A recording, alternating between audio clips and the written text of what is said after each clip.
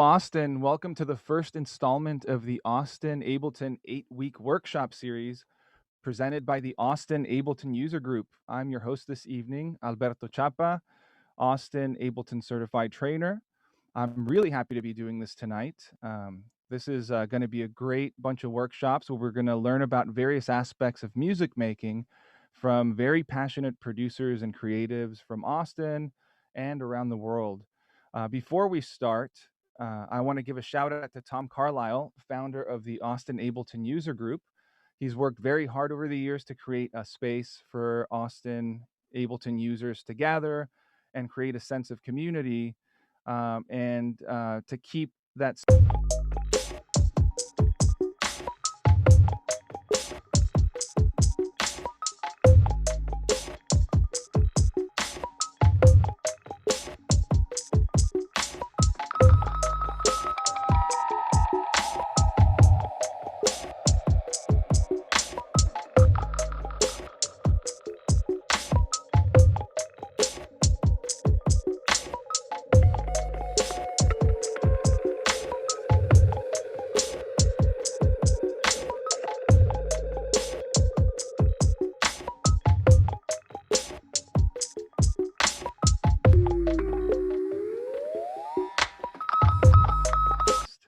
I want to welcome a producer who's joining us from Denver. He's a very talented music maker who works under the name Psymbionic, and he's here to share some mixing tips and tricks with us. Please welcome John Bertram. John. Hey, Alberto, how's it going? Doing well. How are you? Very well. Appreciate you having me. Yeah, it's great to have you. I love the work you do. I was geeking out all week leading up to this and really just like listening in amazement to the variety of soundscapes that you're able to create as a producer. Yeah, thank you. That's something I definitely pride myself on, possibly to a fault. I think that a lot of producers kind of center in on a single sound and they do it very well. And perhaps I'm just so scattered that I enjoy so many different things that it's all kind of come out through my music over the years. Well, it makes for a really good listening experience on Thank you. the listener end. So you're in Denver, but you used to live in Austin. Is that true? Yeah, so I lived in Austin for nearly 10 years. Um, Moved there back in 2010 as kind of when I decided that music was something that I wanted to pursue as an actual career, as something that I was serious about. I decided that moving from where I grew up in Arkansas to Austin was a good move. Obviously the music scene in Austin is amazing, and so many of the, lifelong friends and colleagues and people that I've met throughout the years in Austin obviously still have big impact on me now. That's good. Yeah, lifelong friends and music, especially now, doesn't really seem to matter geographically where they are and where you are. It's just a great opportunity. Case in point, having you all the way in Denver. So Yeah, definitely thank you guys. Thank you, Ableton, for having me out, providing something like this during a kind of quarantine when we aren't able to gather in person. It's nice. definitely. Speaking of nice, I love your setup back there. Yeah, Great thank you. lighting. Is lighting an important factor for you, your workspace? Yeah, so I actually have these lights are all on a remote with various colors and such. Um, uh, and so, sometimes it is it's nice to kind of change things up and whoa. I can see some of our viewers maybe even tuning off to get on Amazon and order these right now. As long as That's that can awesome. stop, that would be nice. Well, thanks for sharing, John. I'm gonna leave the stage over to you and let you do your thing. And Yeuda is on the sidelines waiting for his turn to present, and we've got some helpers that'll chime in if there are any questions. So if you're watching on YouTube and Facebook and have a question for John, type it in there, and we'll let him answer it for you later. It's all yours, John. Thanks so much, Joe. Yeah, so I thought that what I would do today is share the project for one of my kind of more well-received tracks called Hypnotoad. It came out originally almost 2 years ago now, back at the end of 2018. Um, and that was released as part of my album Carbon-Based Lifeform that came out the beginning of 2019. So yeah, I'm going to go ahead and share my screen here.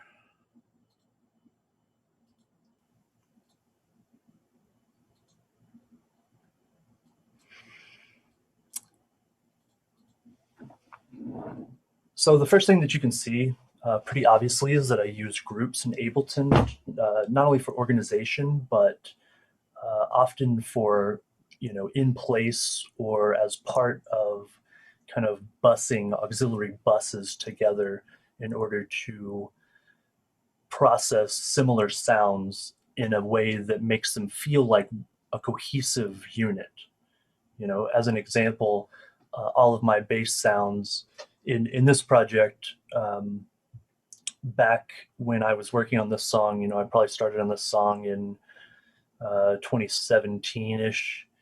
I was having, I think that was the early days of Ableton 10 before 10.1, and I would often experience a little bit of latency whenever I was using groups that I feel like now is no longer an issue after the Ableton 10.1 update. I think that uh, any kind of latency issues that I was having due to um, Ableton's audio delay compensation trying to make up for small bits of latency from any given plugin, either native or otherwise, that you use. But I believe that's not nearly as much of a problem anymore. So because I have, just because I have a separate bus here for this project is a little bit older, I think it's worth mentioning that now the way that I do things is to just use the group itself as my bus instead of a separate bus here where each individual channel is going into this channel called bass bus. And I know that my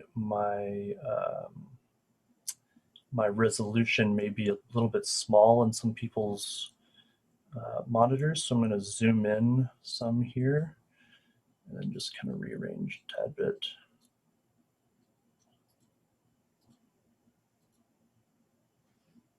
Great. So yeah, I wanted to start with the drums. I think that's something that, I make bass music, what I would call bass music, sometimes in the realm of dubstep or trap or what some people might call weird bass or left field bass. Um, as Alberto was saying, genre-wise, I try not to pigeonhole myself too strongly. However, obviously everyone has their own kind of stylistic aspirations and taste. So I think something that so many genres that you would use Ableton to explore share in common is obviously drums. Unless you happen to be an ambient kind of soundscape producer, I think that drums is something that everybody can kind of it's a touch point for many different genres.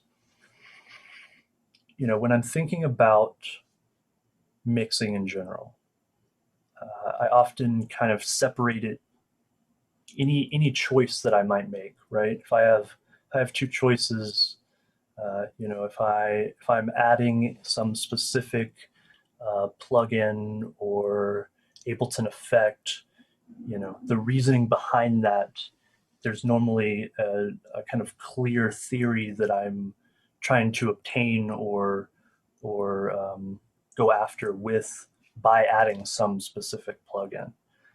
An example of that might be, obviously in the electronic music world, with the loudness war raging on as time continues, something that is important in the mix down and obviously the mastering process, but to me, especially the mix down process, is to make a determination on a compromise between loudness and distortion, or a change in timbre that you might have to give up in order to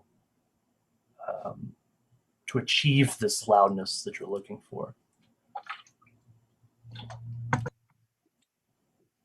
So that's one of the things that I would kind of use as to help me make that decision, right? If I was playing around with something like a saturator or a limiter or a compressor in order to gain some loudness, my decision would be, well, does this thing that I've added, or am I the thing that I'm experimenting right now, does it increase my potential loudness? So a way that we could illustrate that quickly is with a really simple audio effect rack that I've created. Let's see here.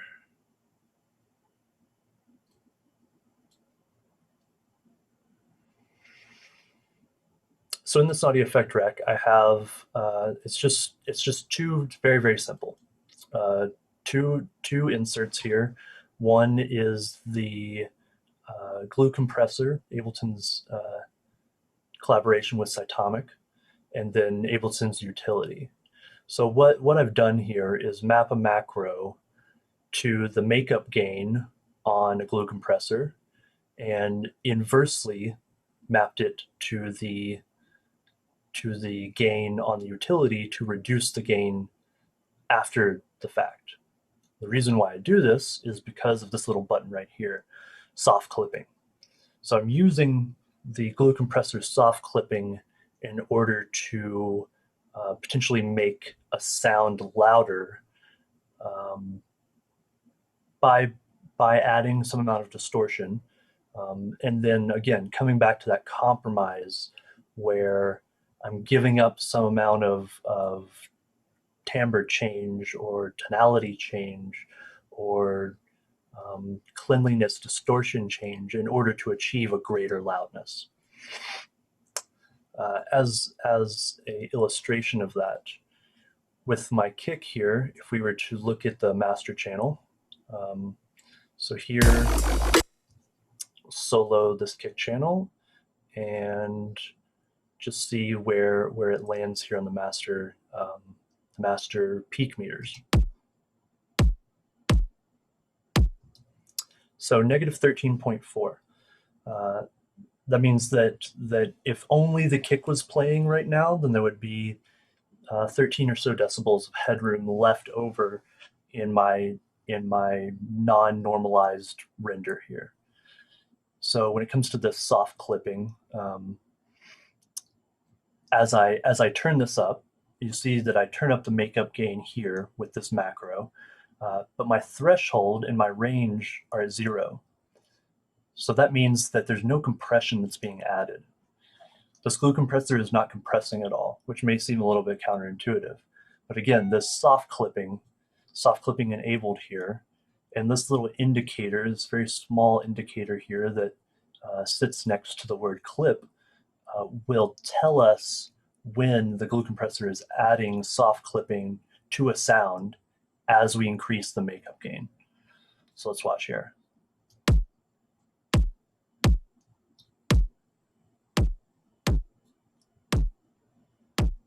So obviously we've changed the sound pretty dramatically, right? We can now hear the very obvious distortion that's coming through on the kick.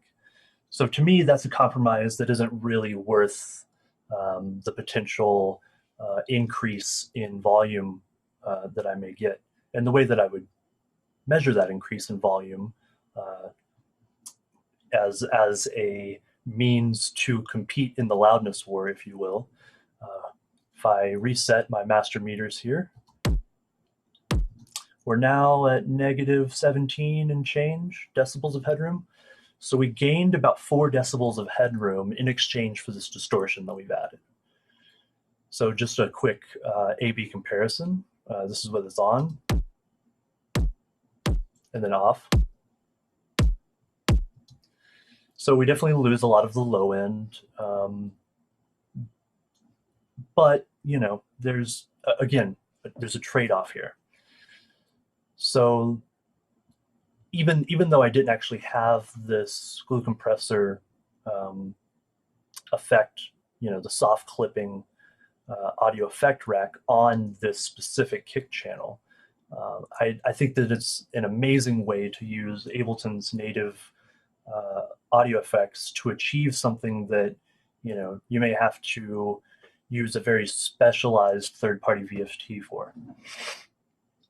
So if we were going to use this in our final mix, right, I would use my ears to determine where that compromise sits.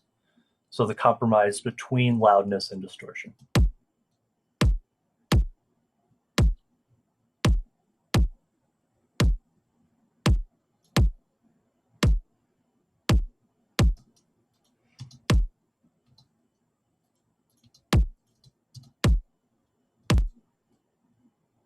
And in this case, I may have already used third-party plugins elsewhere to compress and push the sound so much that the glue compressor in this location doesn't necessarily change anything drastically enough to make a big difference. So we'll move it back over here next to my drum rack.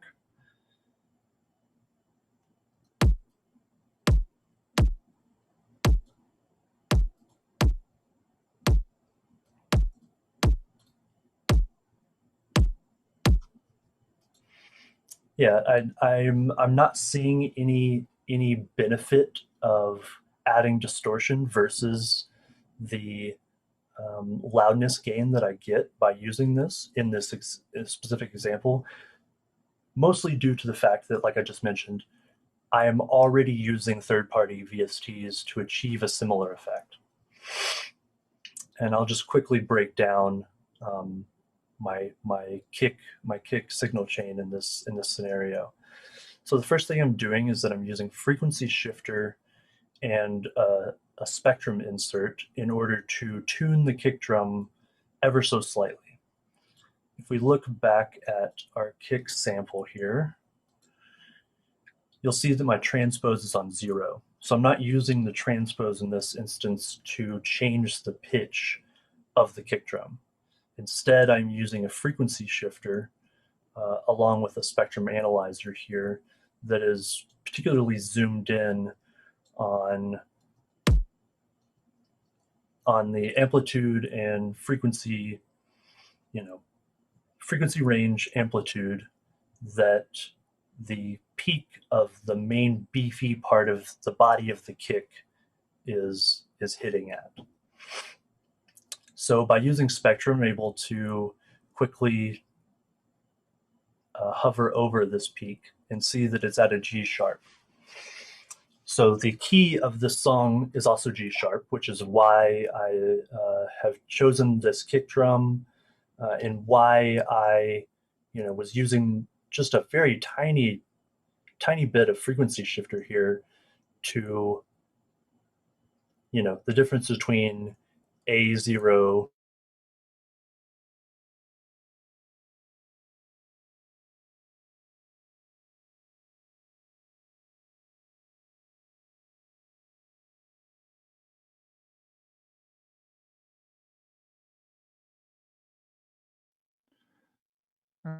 John, do we have you?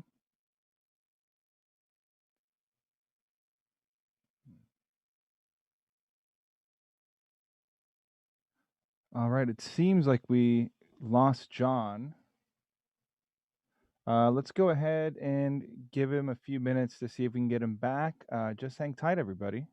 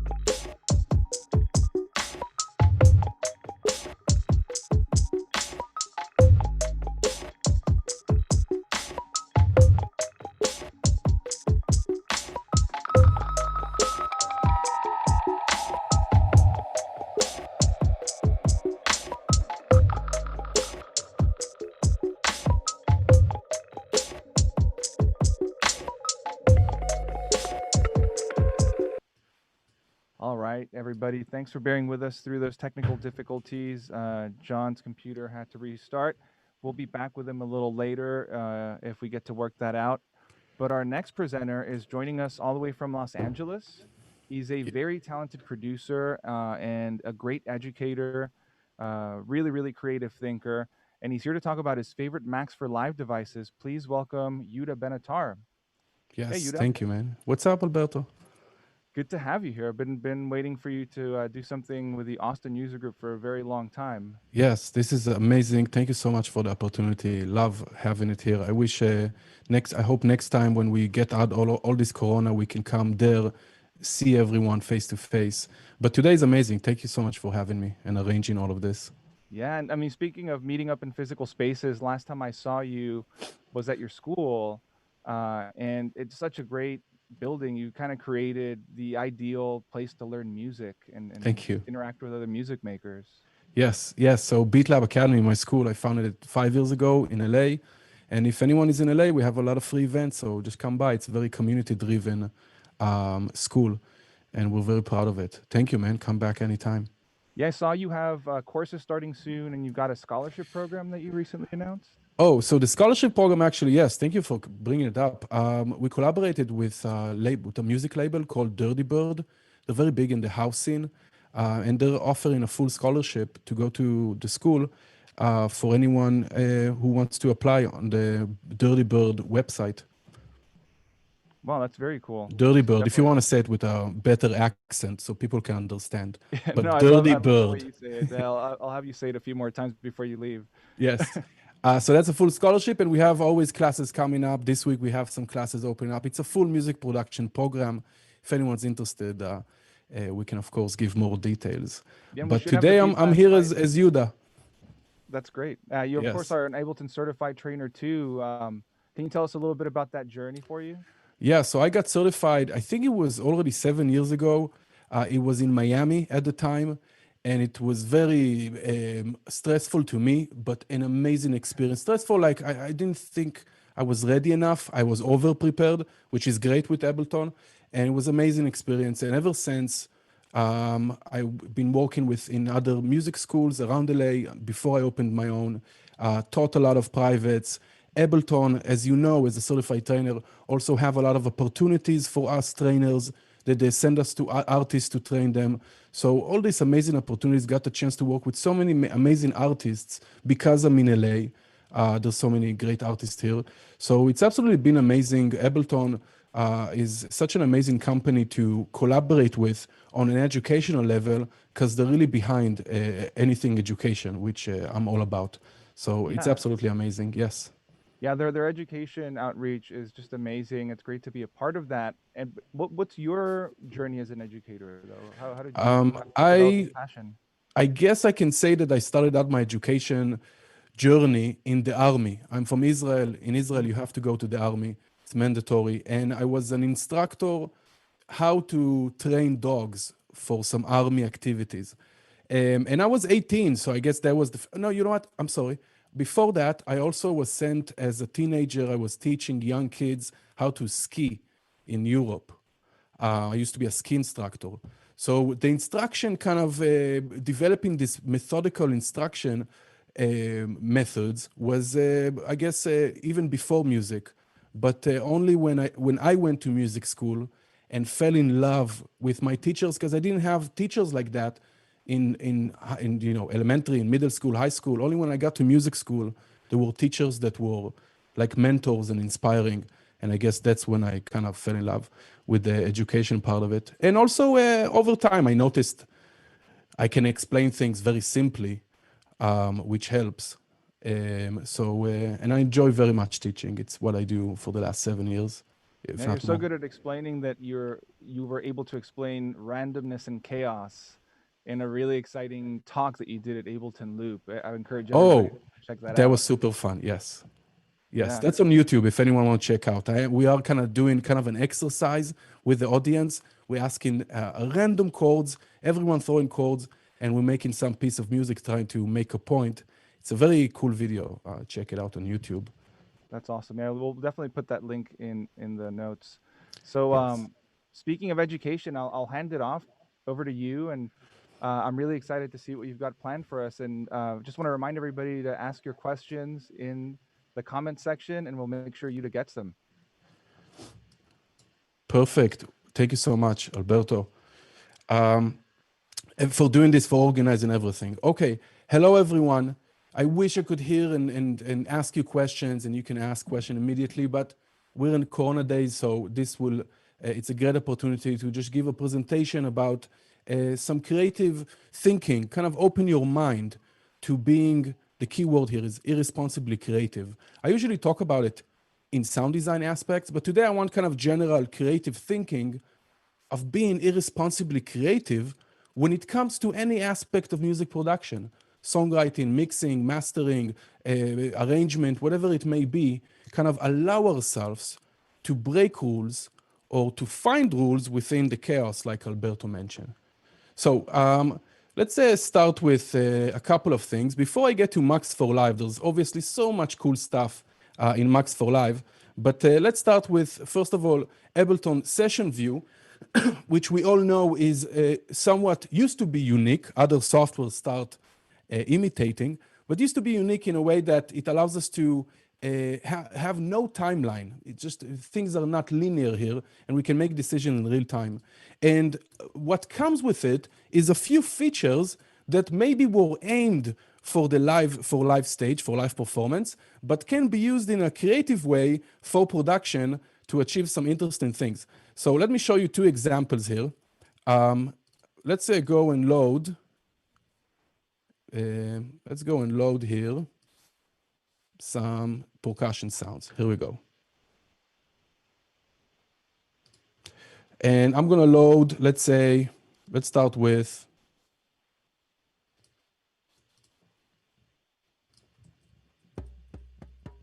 a djembe. So this is just a sample library of one-shot samples of a bunch of hits and different articulations on these different percussion instruments.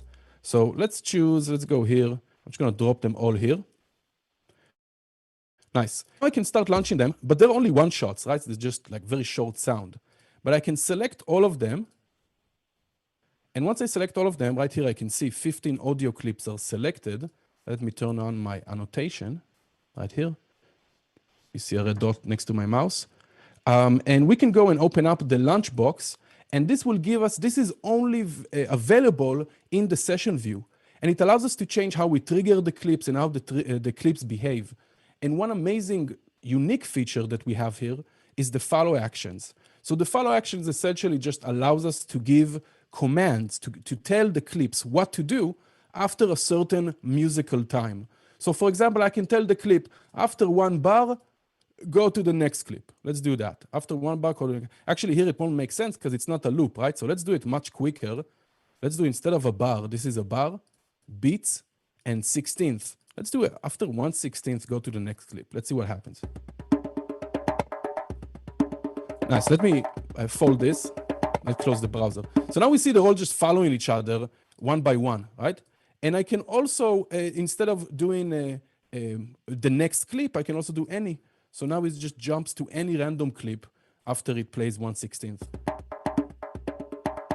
Nice. Now this might be too fast for just to start with. So let's go with like a beat. 1 beat. Let's slow down our BPM. Sweet. Now, what we're creating here is essentially just a randomization of kind of playing a certain rhythm that we decided here, right? We can even choose, let's choose a few clips in between and give them a different time, like 2/16th note, an 8th note. Let's launch. Right, and some of them are 8th note. Now, we can continue and add in more elements. Let's add like a egg shaker. Let's try this. Selecting all the clips. Let's give them every, let's do every 8th note.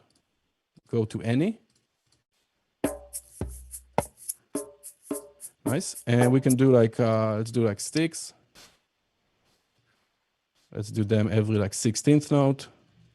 Jump to any. All right, we can have maybe one more just for Tarbuka. Oh, Tarbuka, let's choose all the clips. And let's do Tarbuk. I will do every 3/16 syncopated, any, and we'll choose a few of them that will do an eighth note, so for variation. Oh, there's a few samples there that are, as you can see, they're kind of a roll. So let me get rid of them. So we're only using one shots, no rolls or anything. Let's try this. Nice, okay. So essentially what we did here is using the follow actions, we built a system of rules where we don't know what the player, the kind of virtual player is gonna play, but we told them kind of the structure, the rhythmic structure of what we wanted to perform. And now I can capture it by clicking on the global record. Of course, I can add as many elements as I want. Then I can let it play as long as I want. It captures everything that we do. Then I can go and start selecting the best sections, kind of still being the producer, but letting the computer doing some very, repetitive editing work, right? Look at that, just with the follow actions, kind of combining the session view and the arrangement view, or the session view follow action feature, recording it into the arrangement. Okay, now we can take it to another level with using loops. So let me show you very quickly. Oh, here I see John might be back. So I might hand it over and come back to you guys, but until John is joining us, let me know when John is back. What? We can have you present, we'll jump back to John after. There's no sense in interrupting both of you. Okay, no problem. Sweet. So let me show you another thing here. What we can do is, let me delete this once. Let me just load a loop here of some sort. I'm going to go to the core library. Samples, loops, just the built-in ones.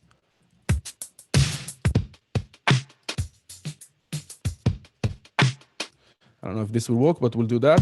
Yeuda, somebody was asking if you can do follow actions with both MIDI and audio clips? Yes, you can do follow actions both for MIDI and audio. They work exactly the same way, and you'll see exactly the same menu. So if I open up a new MIDI track, create a MIDI clip, open up the launch box right here, and we'll see the same follow actions. Good question. Okay, sweet. So we got a drum loop here. I'm going to open up a new MIDI track, and we're going to make a chord progression. I'm going to load Omnisphere just so we can quickly switch between sounds. We need just access to a lot of sounds that we can use. And Omnisphere is a plugin instrument that does come with a lot of sound, so might be good for this example. So this is going to be our Omnisphere. We're going to do some chords here. These are drums.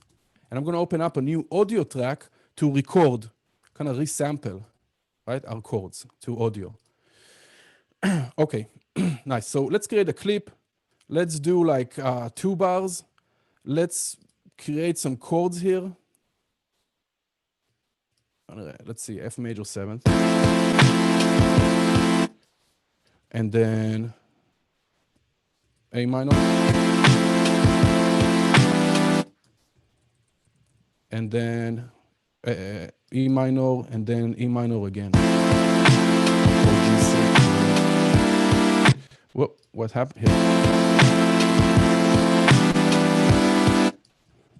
Sweet, let's keep that. Nice. So we got a chord progression. Now I'm going to choose a sound to play those chord progression. Let's go like synth poly category. We'll randomize it. We'll choose a sound.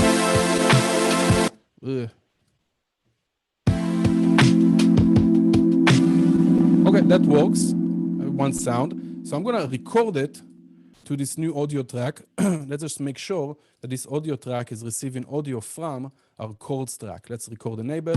Let's record.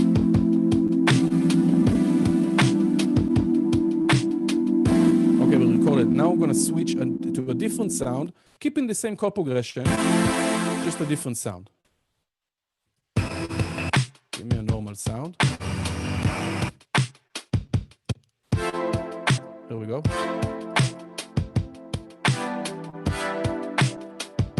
Judith, we have a question. Do you have a preference, or is there a difference in doing an sending audio from a track to that one or receiving in that one from another one? Sending from here Yeah, because you can or send from receiving? chords. Mm-hmm. I mean, if we are sending from here, I will have to monitor from this track. So I'm still monitoring, like everything, this track is still regular, I'm just recording it to a new track. If I route output from this track, meaning that I have to monitor from this track, that's it. I'm sending this audio somewhere that is not the master. So I prefer doing it in this way, but there's not much difference if you use this track as the monitor because you arm in it anyway to record it. But then again, if I want to go here and play, I prefer this way. Okay, let me choose one more sound here. One more sound for the chord. No.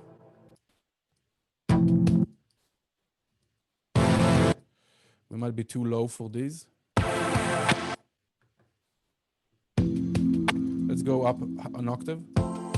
That's fine.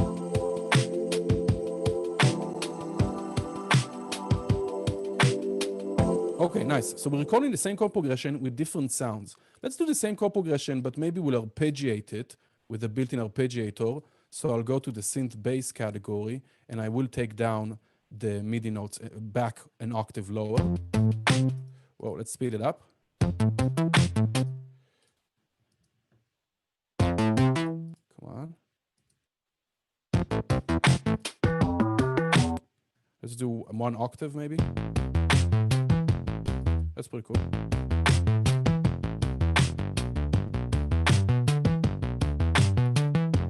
Okay, let's do one more. I'll speed up the arpeggiator. We'll go a few more octaves, and we'll choose a short sound here. Maybe I'll have to go an octave high. Whoa, that's too fast.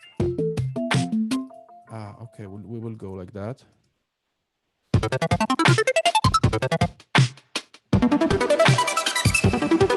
Okay, let's try this. Let's record that. Okay, sweet.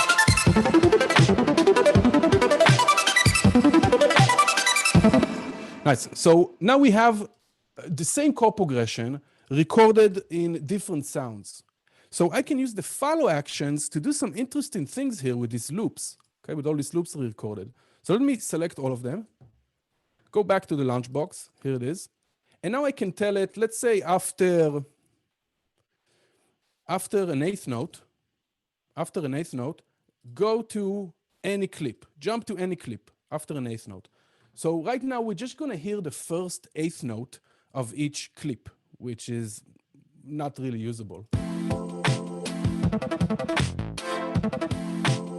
Okay, but if I select them again and I turn on legato mode, now each clip will play the first eighth note. Okay, let's say I'm launching this. It's gonna play the first eighth note. It's gonna select a random clip to play, and it's gonna play the next eighth note. And then another clip, the next eighth note. So we have a continuous playhead, and we'll essentially playing the entire chord progression, but each eighth note, or another value to our determination right here, is going to give us a different sound for that chord progression. Let's do it faster. Let's do like 1/16.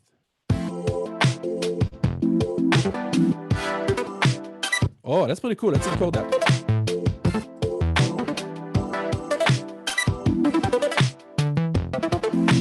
I like that. Right, and we can let it go forever because, we set up the computer to help us in a way. Right, we kind of just setting up the system of rules. And in my prediction, it can be in various ways, but that is where we're heading with the music industry or with the music technology as a whole, where in the future, we might not be so much involved as we are now, rather than planning a system of rules for the computer to work in. And I would say that this feature, the follow action, is just a glimpse into that future. So it's very cool because this was intended to just be used in live performances, right? Automatically go to the verse after 16 bars, whatever it may be. So using that for production can kind of get you some interesting results here. So that is the follow action, okay? Nice. Let me, a couple more things before we move on. Unless there's questions, please let me know if there's questions, but I want to show you something.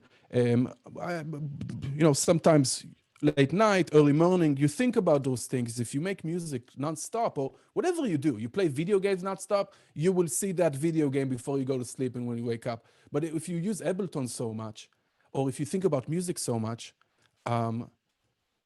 you start kind of coming up with ideas or philosophies or just way of thinking of mindsets of things. And it's quite clear in some sense, but just to show you that BPM is only a matter of resolution. It's only how you look at it. Because right now I'm going to load a project that is 999 BPM, supposedly extremely fast. Like if we turn on the metronome, it will be extremely fast. But just to show you how to look at tempo and BPM in a slightly kind of more, kind of a top view look, where it's only a resolution, it's only a framework where you can do anything you want in it. We have a question. Yes, please. From YouTube. They were just asking if you could do a quick recap of the hocketing technique you just did, maybe of setting up the chord track, changing the voicing. I know you're switching sets, but came Absolutely. in a little delayed. No problem. Yes, guys, so if I'm moving, I just want to show you as many things as I possibly can. And I know there's a delay in the stream, so no problem. Let's just do a recap of what was going on there with this kind of live loop cutting, right? We're cutting the loop live. So let me just open something new here and new note, and we'll just do a recap. This is all in session view, okay? In session view, load a bunch of audio loops to an audio track. Okay, select all clips. Let's call them already clips here.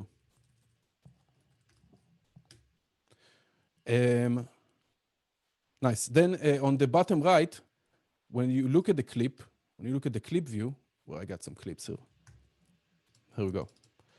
You will see the small L to open up the launch box. So open launch box. And set the time for the follow action. The box means bars, beats, 16th. Is that, oh, I wrote it correctly. But here, bars, beats, and 16th, okay? And then set the follow action. Yeah. Right here. You can do anything you want, but I did any.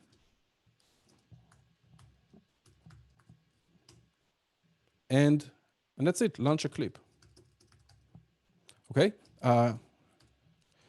If you are using loops, don't forget to turn on legato mode.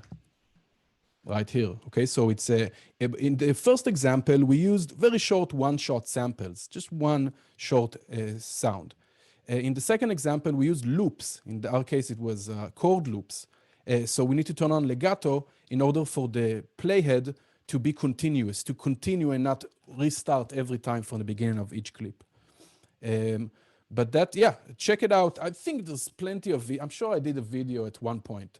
If you, maybe it's even on our page. If anyone interested, our BeatLab YouTube, on BeatLab on YouTube, I have a lot of tutorials. I'm going like each effect in Ableton and explain it in depth, each MIDI effect, all about wavetable, analog, everything. So you can check it out. I'm sure there's somewhere there we show this technique. Thanks for the recap. Sorry again for the delay. No, and of for course. those watching, this is going to be up after the stream, so you can always watch it again and Yes. catch what you did. Excellent. Okay. Let me know, how long do I have? Just to About 15, 18 more minutes. Okay, sweet. So we'll just go general concepts today, and hopefully it will inspire some people to kind of creatively think out of the box. So for example here, a project of 999. Let's mute the master bus. I'm not sure why this is not on the, this is just a texture or something. It should be on the master bus, which is not. I might added it recently. I'm gonna mute everything. Let's turn on the metronome. Here it is. Whoa. That's not how it's supposed to sound. I think because my Ableton, this project is pretty heavy. So let me just, if your projects are heavy, one thing you can do is go under the preferences, audio, and take the buffer size higher. So this can help with heavy projects. Here we go. So super fast BPM, obviously. Fastest Ableton can go, in fact, in this resolution of beats. But if we listen to it without the metronome, let's listen a tiny bit. And the listener, of course, won't be able to tell that this is 999. And the same example can be even shown in reverse, like extremely slow, but it might be a bit faster. Uh-oh. I hope my computer can survive all of this. It's very alarming what it is. I'll show you some interesting things that came out just by being on 999.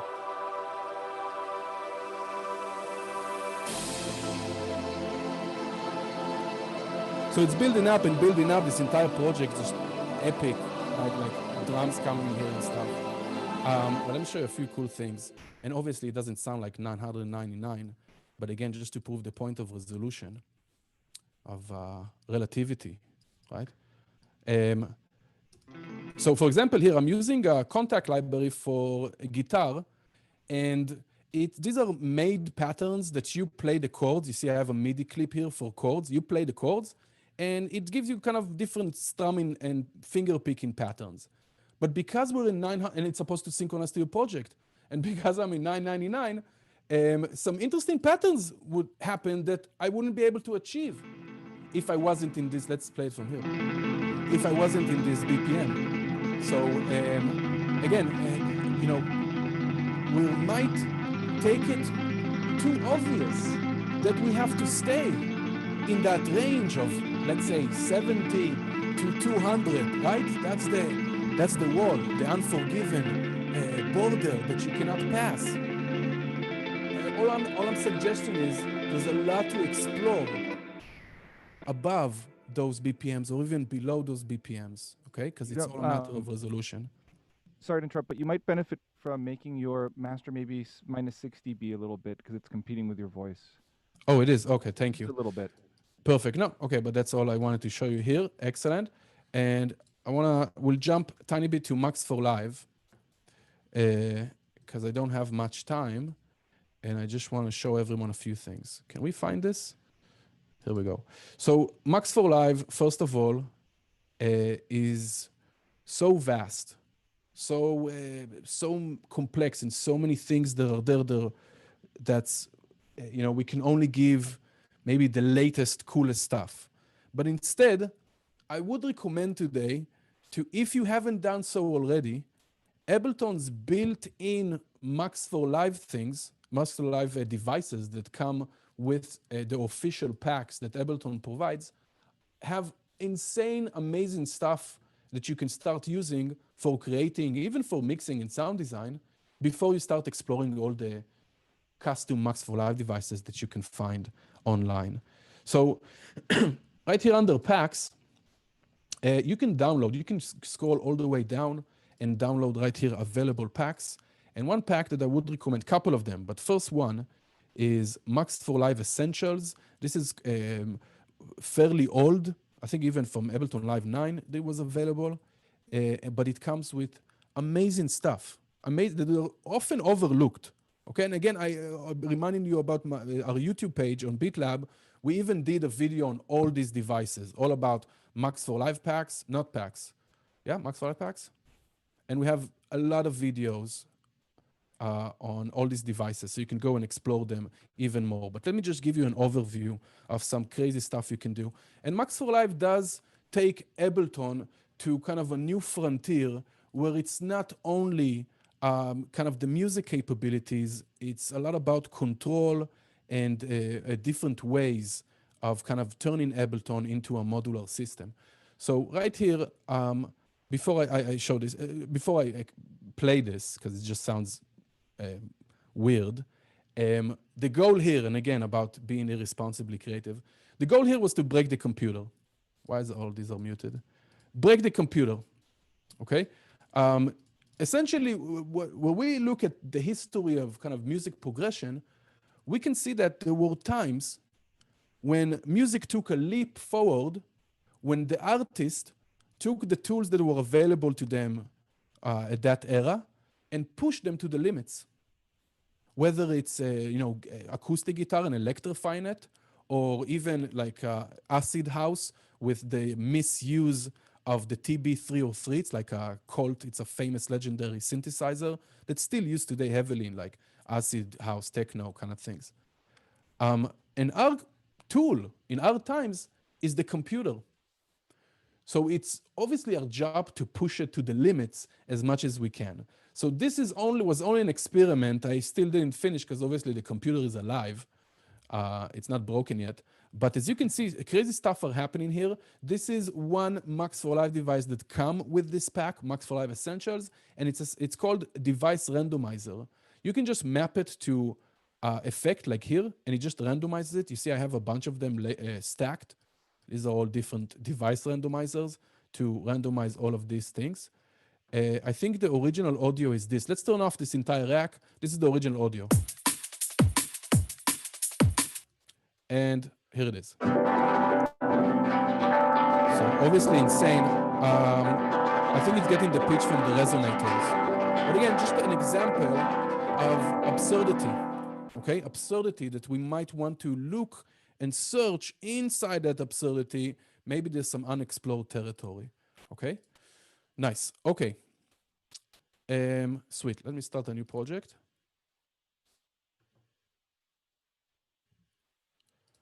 Okay, so one of the coolest devices here under Max for Live Essentials is a MIDI sequencer called Instant House.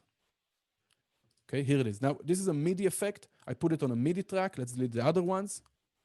And this one needs an instrument after it. It was intended to work with a drum rack.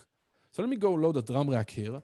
I have a house drum rack. Whoops, I think this is from the Ableton store.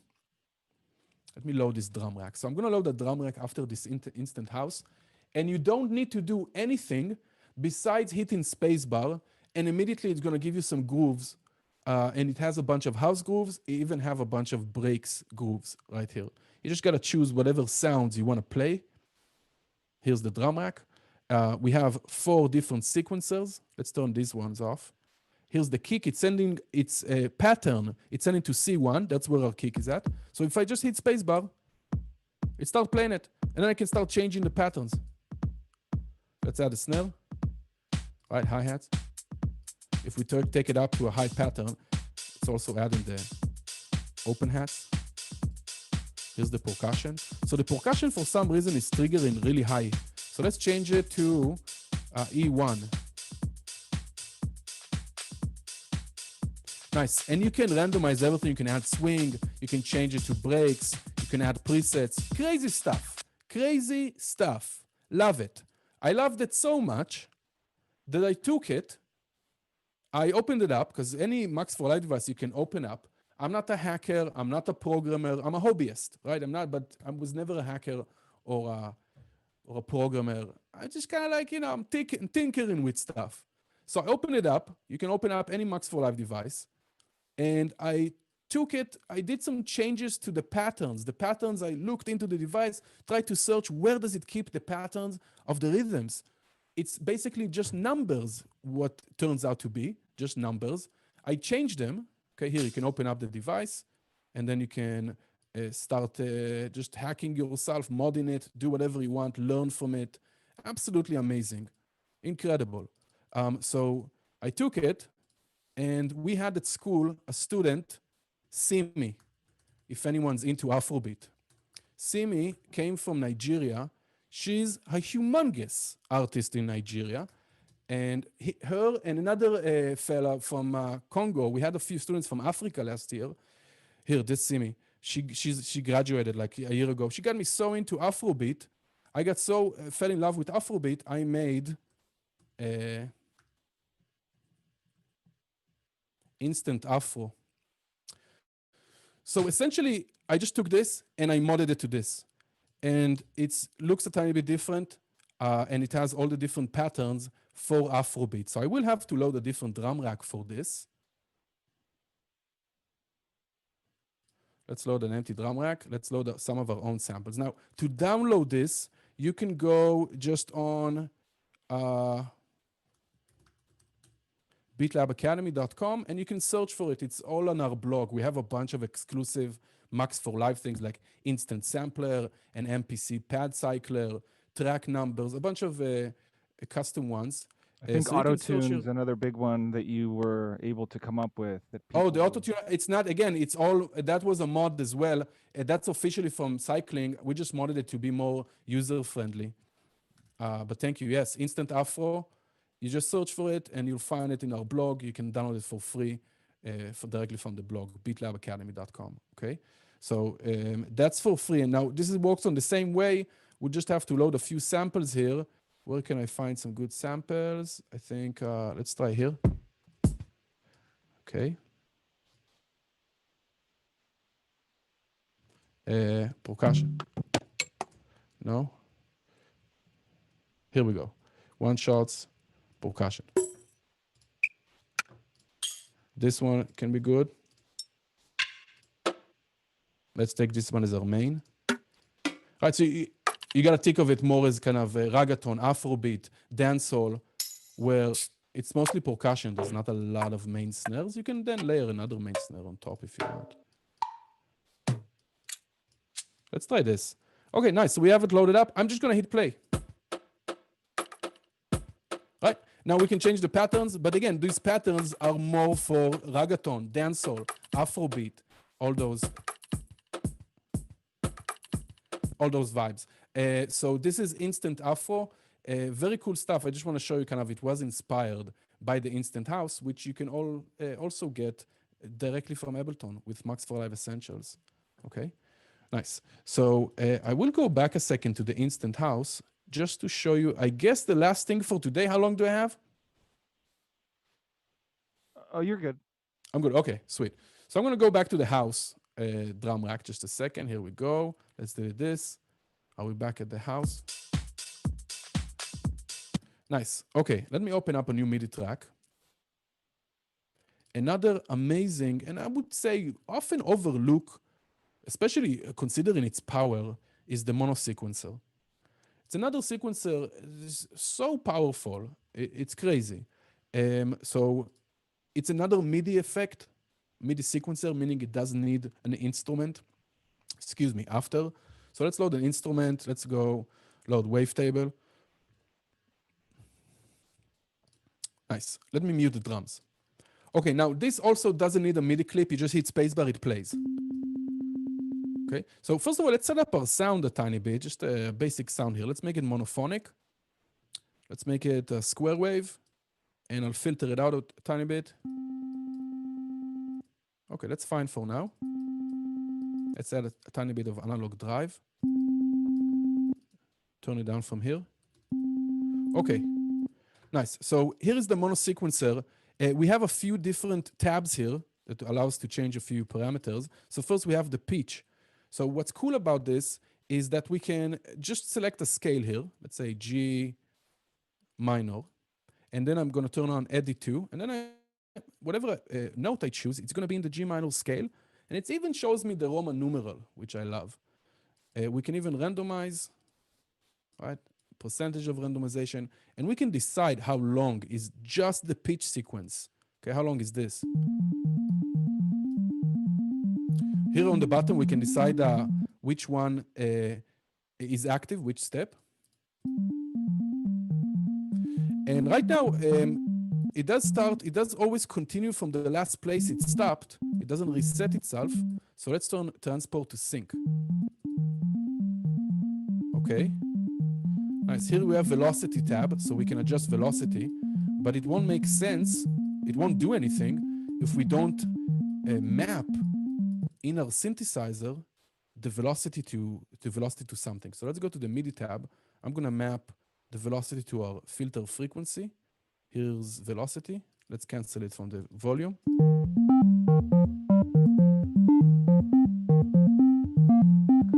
Nice. Let's go under octave. This sequencer we can even make shorter. You see how they're all different lengths? I love it.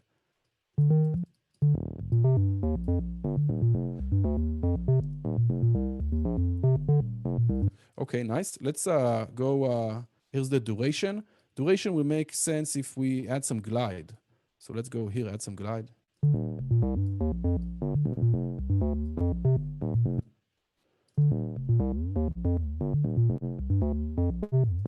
Nice, and repetition, we can just do some note repetition. Might be too fast here. Which one can we repeat? Let's try this.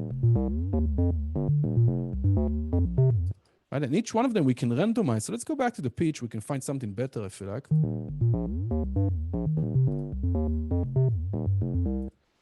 And maybe we'll even map velocity to our position, our oscillator one position a tiny bit. Let's add some unison randomization of the notes here.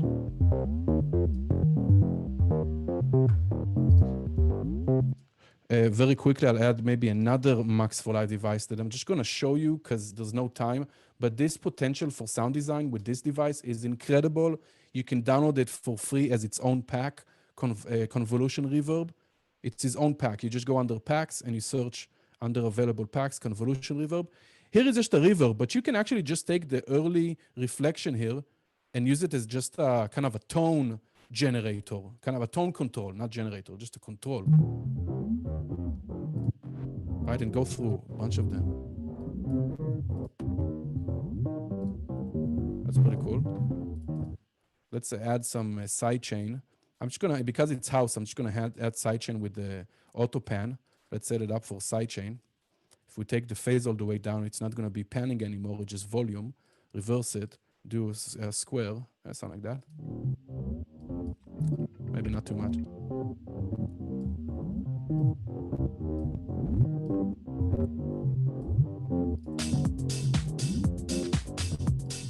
Okay, anyway, mono sequencer is incredible.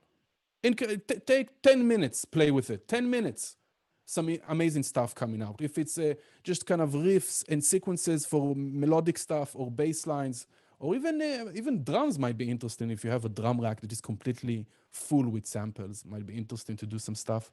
But mono sequencer, extremely overlooked. Okay, extremely overlooked. Okay, I guess we'll wrap up today. Do we need to wrap up? Give me some time. Well, we need to start wrapping it up. John's in the wings rating. Wrapping up. Okay, so I will give some time for questions if anyone has from YouTube. I know this will get to you only in 20 seconds. So I will mention again, we have a bunch of free downloads on our blog at BitLab Academy. I have my own blog, sidebrain.net, that I just, for years, I've been doing a lot of racks. All of these are free. You can download all of them. A bunch of stuff, more utilities that just help me produce faster. It might give you some also a boost, and they're all free, so check it out. And on our Instagram, we have BitLab Academy on Instagram. We also post a lot of exclusive Ableton tips. Can we see that maybe here? Yeah. Oh. Just to show. We have a lot of, right here, see a lot of exclusive tips that we don't post anywhere else. So if you're interested, you can check out our Instagram as well. And that's it. I really hope I get to, I've been to Austin once. It was amazing, really great city. Only city I've been to Texas, except one smaller one. But such amazing vibe, so I can't even imagine.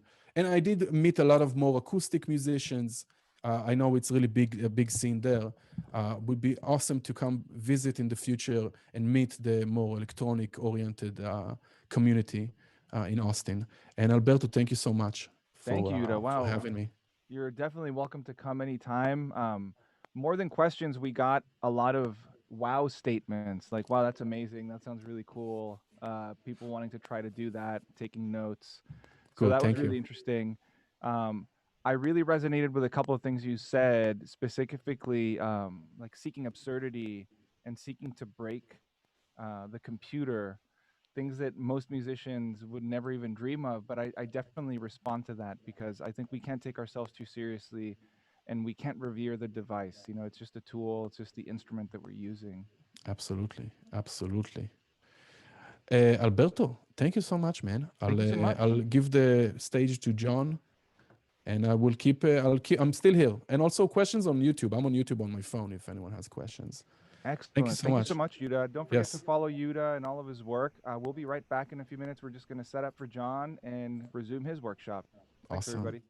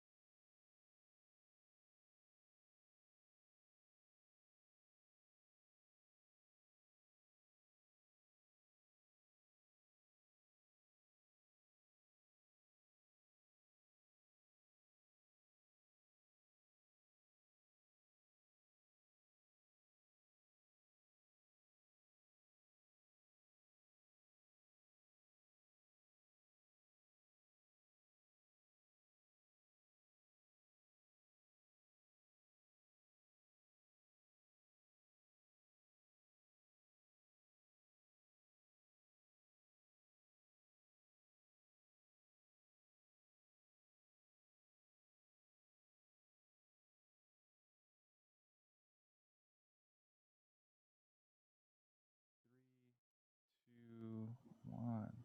All right, everybody, we're back with John. He's joined us from beyond the crash. Thanks, John. Thanks for being so patient. You have a lot to share, and I'm glad that you hung in there with us. Yeah, and I appreciate everybody for sticking around as well. It's one of those things like your computer will wait until the most inopportune moment to completely freak out. Yeah, and before I leave you to the stage, just want to remind everybody, if you want to pick John's brain, feel free to ask questions, and we will relay them to him. It's very rare that you will get the opportunity to ask somebody with Yeuda and John's level of experience anything you want. So, without further ado, I'll leave it to you, John. Yeah, and I just wanted to give another shout out to Yeuda. Thank you so much. That was super informative. I always love people that work in a way that's so different than I work. And I think that's one of the beautiful things about Ableton as a platform, because it's not, dictated by a genre or a songwriting style or structure. There's so many people that have developed their own methodology that is far, far different than the way that I have been doing. After 12 or 13 years doing it, I'm still constantly learning things and surprised by methods that I've never even considered. So, yeah, thank you, Yuda. Before I jumped back into uh, my mixing presentation, I did want to take a second and talk about Ableton and CPU usage. So this is something, my computer just froze on me earlier if you were tuned in. Uh, and it reminded me of something that I had been kind of grappling with, wrestling with lately with Ableton, where I was having, I would open a project that I know 6 months ago I could run with no problem. And I would open a project that hasn't changed in that time, but suddenly my CPU was maxing out at over 100%. And there, all of the kind of normal maintenance, computer, general maintenance tasks that I might, um, would be my go-to kind of fixes for something like that weren't working. And I took some time to kind of dig into the way that Ableton's behind the scenes processing works, at least very simply. because I wanted, there was times when that I would see Ableton, would suddenly hang, or my CPU would jump up and it would just be a blank project. There wouldn't be other, I didn't have something like Photoshop or After Effects or another CPU intensive program running at the same time. It wasn't background programs that were running, or startup, login items, as I believe they're referred to on Mac. I tried maybe all these usual suspects, and I'm still having these issues. So I wanted to share a little bit about what I found, and hopefully it is useful for other people as well. I would definitely suggest that everyone grab a quick screenshot of this little text document that I've quickly written here, and I'll go through and explain it one by one. So, as I was exploring, kind of reasons why other people were having issues. Personally, I'm on Mac, so some of these may be more Mac centric, although I know that some of them at least also affect Windows. Maybe they don't affect it in the same way, but definitely worth talking about. So the first thing that I wanted to discuss was the way that Ableton, by default will read both AU and VST plugins. So for example, if you have installed, let's say 50 or 100 third-party plugins, and each one of those perhaps contains an AU version. AU, for those Windows users, is a Mac-only plugin wrapper that's similar to VST in general usage. But by default, Ableton would list AUs and VSTs and potentially VST3s, where you could have, that 50 or 100 plugins suddenly becomes 150 to 300 because you have these duplicates that are happening. And I realized that even when Ableton, even if you've already scanned all of these plugins, just the initial startup of Ableton is substantially sped up by reducing the amount of plugins that Ableton has to even consider, think about it all. Now, Ableton does do a different thing. For example, if you install a brand new plugin, today you just literally installed a plugin, and the first thing you do is you open Ableton. Ableton has to go through a separate scanning procedure in order to grasp what changes you've made to your system. But even if you haven't just installed something new, Ableton still has to index these lists of plugins, even if they're not in your project at all. Even if you're opening a blank default project, Ableton is still using resources on these system VST AU folders. So a huge thing I did is that for the most part, I only use AU plugins in general. So I went through and turned off all VST and VST3s inside of my Ableton preferences. That is a pretty easy thing to find here in preferences. If you look for plugins, you'll see that these two checkboxes, on-off switches that say use VS2 plugin system folders and use VST3 plugin system folders, I have them both set to off, as well as my custom folders. I don't have any custom folders on Mac. There is a default location that these plugins exist in. So I generally keep, all of my plugins in their default location.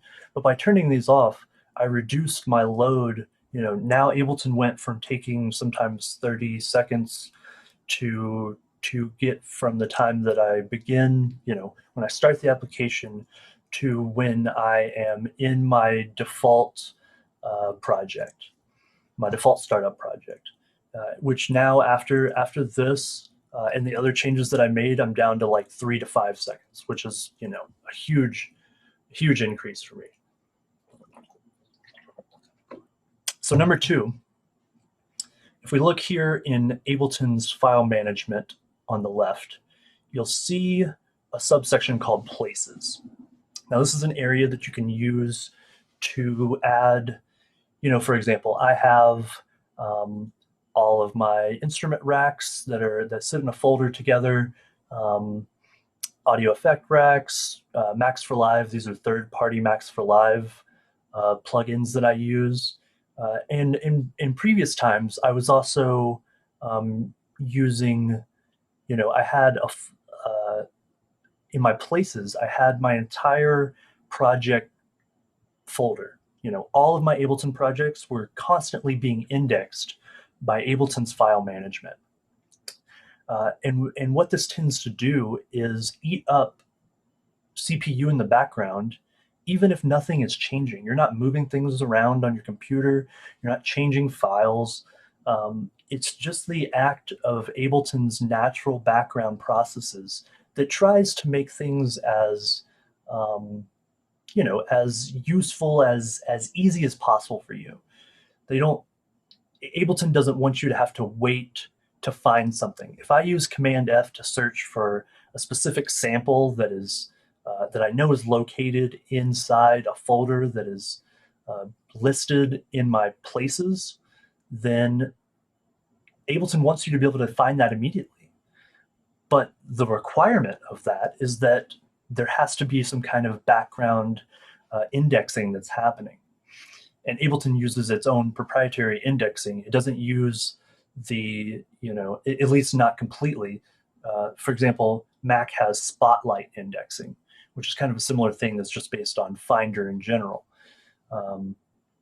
In Windows, I'm not exactly sure what those processes are. It's been a good 10 years since I've been on a Windows computer full time. But I do know that, again, this is another thing that can eat up a lot of CPU. Even just removing my large main Ableton projects folder made a big difference there. The way that you can tell, that if you're having some issues with Indexer, on Mac there is a activity monitor on Mac. On Windows it's called Task Manager. So you'll sometimes see specific processes taking up a lot of CPU. If we search for Ableton here, you can see in the Ableton index, right now it's taking up 0% CPU. But once I figured out that this was an issue that some people faced, I noticed that it was regularly eating up quite a bit of processing. Yeah, so another quick tip: regularly archive old projects, presets, instruments that you don't use anymore. I've been using Ableton for about 9 years now, as my main go-to DAW, right? So in that time, I've masked many various of my own little audio effect racks that I make, my own instrument racks that I've made, presets that I've made for AUs, whatever that looks like, and for the most part, I'm not using any of those presets that I made 9 years ago. My workflow, even a year ago, even 2 years ago, is different than it is today, because I definitely believe in trying to continuously improve my own processes when I'm working on music. So the act of doing that is not only a good kind of spring cleaning type activity that, for example, you want to keep your studio clean. It's helpful for your creative process. I think that this, as part of that kind of mentality, keeping your sample folders organized, in the same way keeping your presets and your old projects organized, archiving things that you don't use anymore, moving them to a place that Ableton's indexer no longer has to continuously go over them. The next thing is a tip that has to do with Ableton's options.txt. This is a somewhat secret, some people might refer to it as a quote-unquote secret options list that you can use some of Ableton's either experimental or otherwise unavailable preferences to make specific changes to the way that Ableton acts. What I am suggesting here is using this little line here, dash max FPS Mac equals 30. So this is obviously for Mac. I'm not positive of the exact methodology for this on a Windows computer, but Google is your best friend. If you were to quickly Google Ableton limit FPS Windows, I would start there for sure. And you can also find out more about the options.txt. If you just search Ableton options.txt, or you go directly to this URL, that'll explain a little bit more about how to create the options file, where to put it on either a Mac or Windows computer. And then, so what this is doing is limiting the FPS, right? FPS stands for frames per second. And generally, when you have a computer that, for example, I have a desktop Mac computer, Ableton is using my GPU, not only my CPU, but my GPU pretty often, because I am running two 4K monitors. Even with an external GPU, like I have a pretty high-end GPU, even with that tends to, the more GPU that you're using, the more that your CPU has to work in order to keep up with the things that your GPU is doing. So it's really unlikely that you would ever need Ableton to run at over 30 frames per second. FPS is oftenly used in the gaming world as an example. Many gamers would say that they don't want to play something that is less than 60 FPS because it determines how smooth a rendering will look as you're playing a game. But Ableton doesn't really depend on these same types of visual smoothness, so you can definitely save some CPU and GPU. Again, especially if you're running an external secondary monitor, or you're running multiple 4K, high resolution desktops, environments, whatever that looks like for your setup, this can make an impact for sure. So let's jump back into the mixing here. So I'm just going to quickly play this song. It's called Hypnotoad. It came out almost 2 years ago now. And let's see what it sounds like.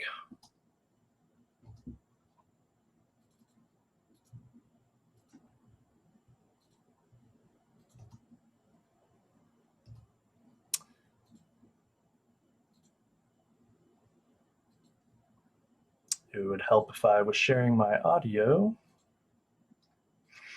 There we go.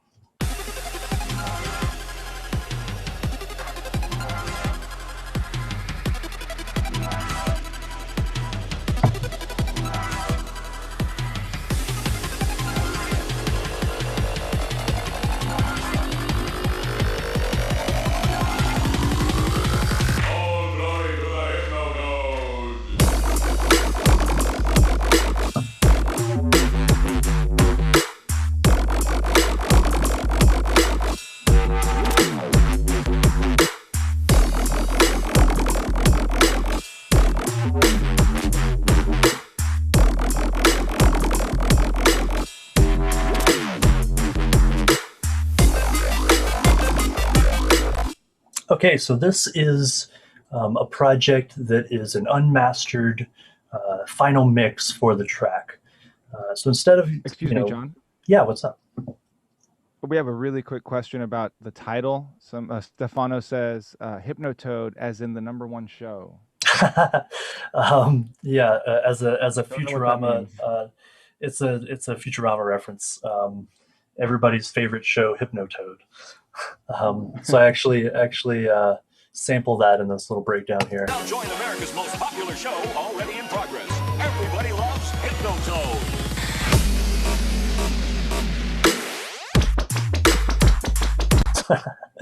kind of a funny switch up there. Yeah. So, don't illegally sample, kids. That's against the rules. No one would ever tell you to do that. I would be a very bad person if I was to encourage you to sample things that you might not have the intellectual property to do. So about going back to some mixing here. We were talking about kick drum earlier. I spoke a little bit about the way that I make determinations on potential changes that I would make to any type of sound. To get kind of philosophical about mixing for a second, the way that I sort of break down these choices in my mix down process specifically. This is considering that I have a song that is completely written, all the composition and songwriting is done, and I am only working on the mix down now. So the changes that I would make to any given either individual sound, group of sounds, as you can see, as I talked about earlier, I use groups and occasionally buses as the same for the same use of both organization as well as processing similar sounds together for a greater cohesion in the final output.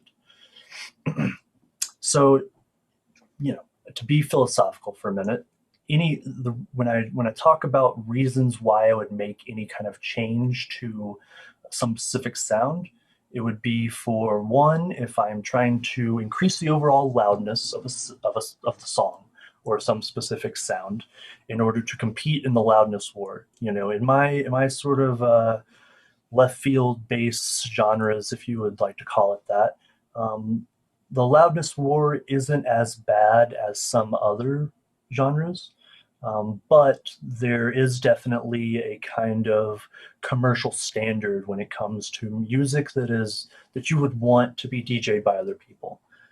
And I think that's an important distinction between something that, if you're writing music that you don't really foresee anyone else ever DJing, or even you DJing intermixed with other people's music, then the loudness war, I feel, is a lot less of an issue than it was 5 or 10 years ago.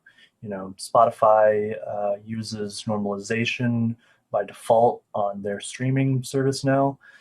So there's you end up losing some of this you compromise in order to gain a greater volume, but then you lose that volume and still retain the either added distortion or lack of dynamics in a place such as Spotify that normalizes all their streams by default. So that would be one reason why I would make a change to some specific sound. Another reason would be for general harshness. If there is, for example, my hi-hats, if they have some annoying resonant peaks that are really standing out and creating an unpleasant clashing either by themselves or against, in a greater mix context, then that would be another thing that I would, I would want to make a change to those sounds in order to reduce the harshness. And then one of the other ways that I would think about these decisions is the general balance of the entire mix, right? So that balance might be a volume balance, for example, between your drums and your bass. If you make a kind of bass-heavy, dubsteppy genre, then the relationship between your kick and your sub, for example, is super, super important. And that's maybe way less important in something like downtempo. But this balance that I'm talking about could be between, a balance between the kick and the sub in terms of sheer volume, or it could be a frequency balance in terms of an overall EQ an overall spectrum, frequency analyzation of the entire track, right? So let's, I'm using as plugin Span here.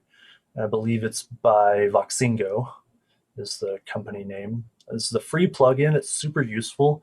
What I will often do is turn on a little bit of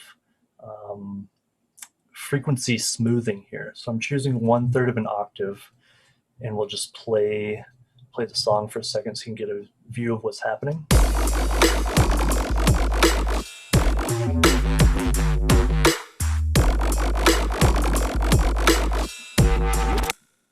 So you'll notice that in this specific spectrum analyzer, maybe not in other spectral analyzers, if we were to use Ableton's built-in spectrum and take a listen to our entire track again, you'll notice that these two spectrum, frequency curves are not the same. And that's because Span basically takes into consideration how we perceive sound versus the way that sound is objectively measured through peak meters, right? So Spectrum is using a peak meter methodology in order to say that, okay, your highs are this loud in comparison to your sub that's this loud. And this is just based on the linear frequency, the linear frequency response of the track, right? So, and I'm not a particular geek when it comes to the super specifics on why Span is the way that it is, but essentially they have modified their spectrum here, their frequency spectrum, for you to be able to use it as a means to gain a kind of balanced track if all things are equal, shown in Span. So for example, if all of your frequency ranges are kind of hitting in the same ballpark, then Span is telling you that you have a somewhat balanced mix when it comes to frequency content.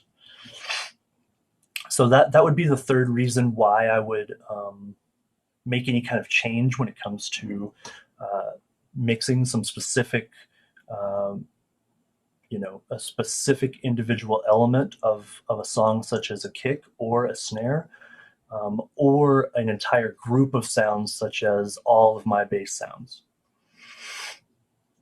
So with that in mind, I can kind of quickly talk about, I'll try to hit the high points of my workflow on this specific track. And as I mentioned earlier, my workflow has changed over the years. The way that I do things now is a little bit different than the way I do things then, but the general philosophy is the same. And I think that's the important takeaway, that philosophy that I've been talking about. Instead of you having to go out and buy every single plugin that I'm talking about here, I think that's much less important than thinking about things in a way that your final mix will come out in a balanced way with minimal harshness and resonant peaking.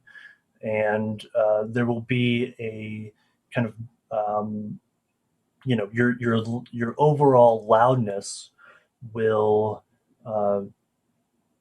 enable a mastering engineer to make your song as commercially loud as your general genre or aesthetic that you kind of subscribe to, right? So for my kick, John, we have a question really quick from Tom. Sure. He's asking if you master your tracks differently for streaming versus playing live. That's a really good question. I have toyed with that in the past. Now I think with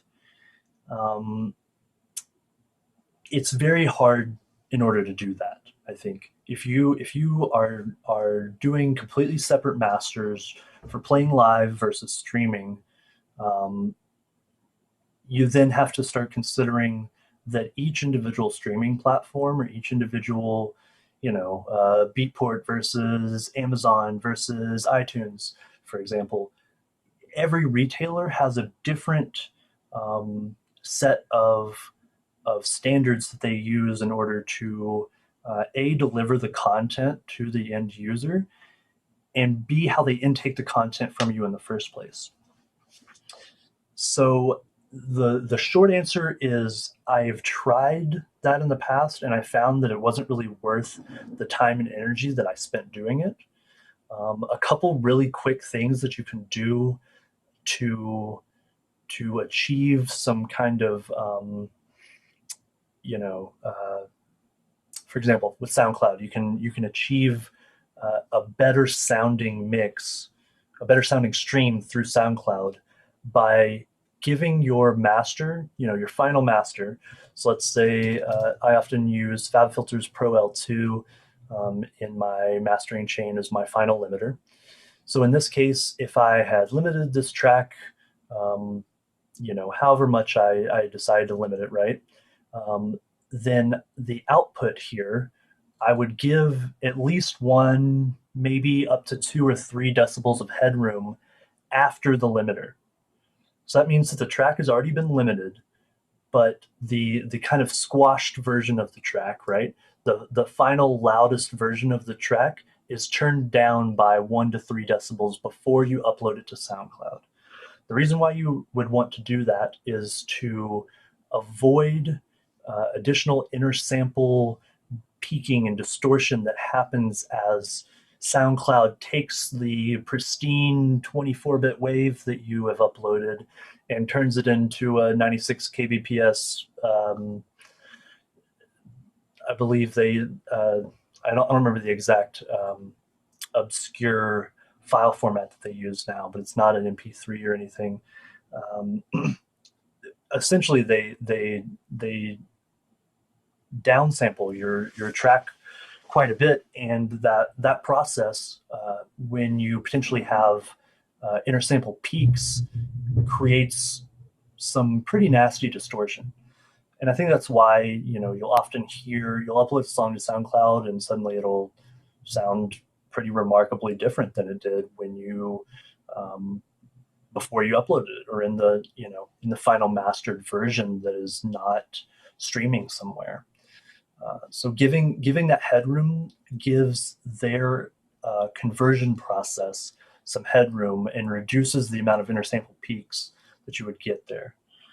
For something like Spotify, I think that you could probably take a final master or ask a mastering engineer to reduce the limiter on your final master by a couple dB, because most likely, especially again if you're in a genre where you want other people to DJ your tracks, Spotify's normalization algorithm will reduce your volume by quite a bit, but it won't give you your dynamics back. It won't take away any amount of soft clipping or distortion that's been added through this process of making your track as loud as it needs to be to play well in a DJ set against other commercially available tracks. That would be my suggestion, although what the benefit that you're going to get out of that at the end of the day is negligible at best, I would say. So let's jump back into this kick, if I'm going to ever get away from this kick in this presentation here. So I saw somebody earlier had asked if they could hear the kick without any of the processing on it.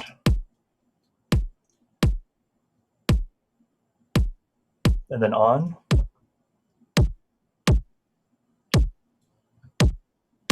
So you'll hear some of that compromise that I'm talking about, where there has been distortion added to this kick through the process of compression, EQing, saturation, all the things that I've done in order to help this track overall reach a specific commercial loudness. You can hear the kind of side effects of these decisions that I've made, right? So the first thing I've done, I spoke about briefly earlier, where I'm using the spectrum, Ableton's native spectrum analyzer, to look at the peak resonant frequency, the fundamental frequency of this kick. And from that, using it to make a determination on its tuning.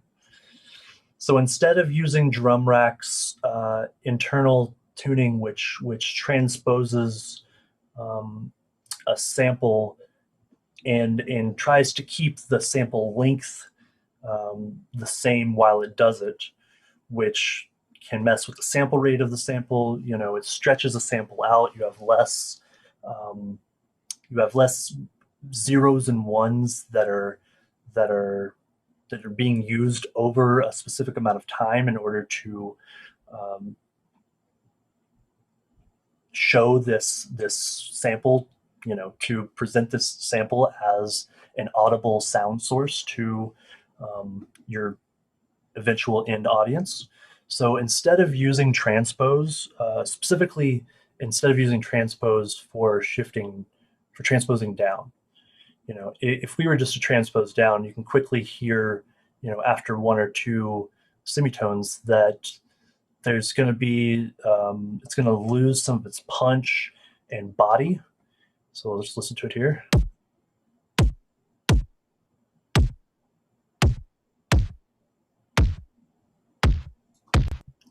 And then if we were to turn it up quite a bit, you run into that issue, the issues that I'm talking about, less when you're transposing up, because generally that's giving, you're shortening the sample in theory, which will retain all of the original information. You're not spreading it out so much that you're hearing digitally added artifacts.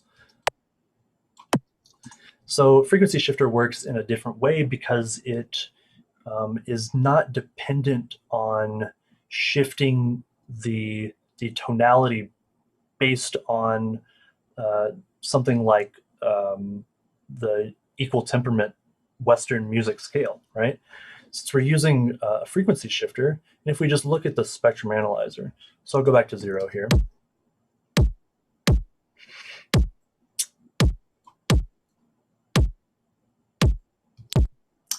So you can see that, give it a little bit of a zoom here.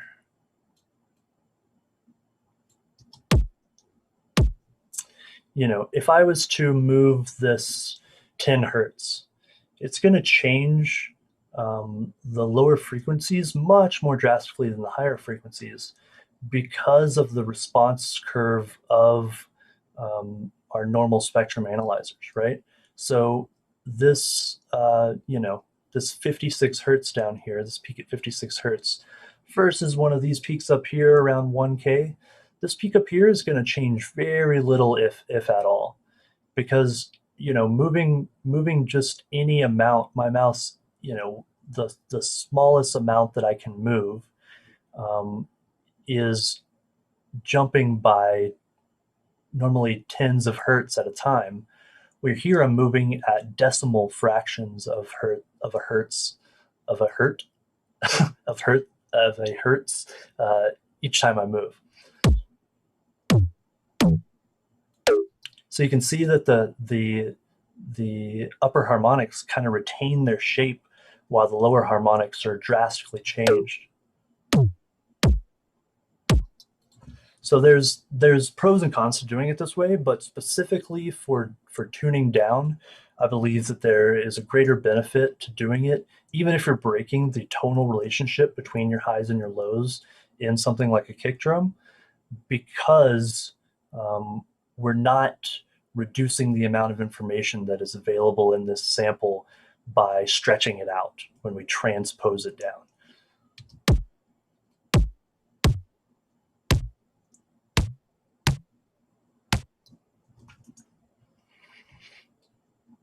So moving on, I use this plugin from time to time from SoundSpot called Kickbox.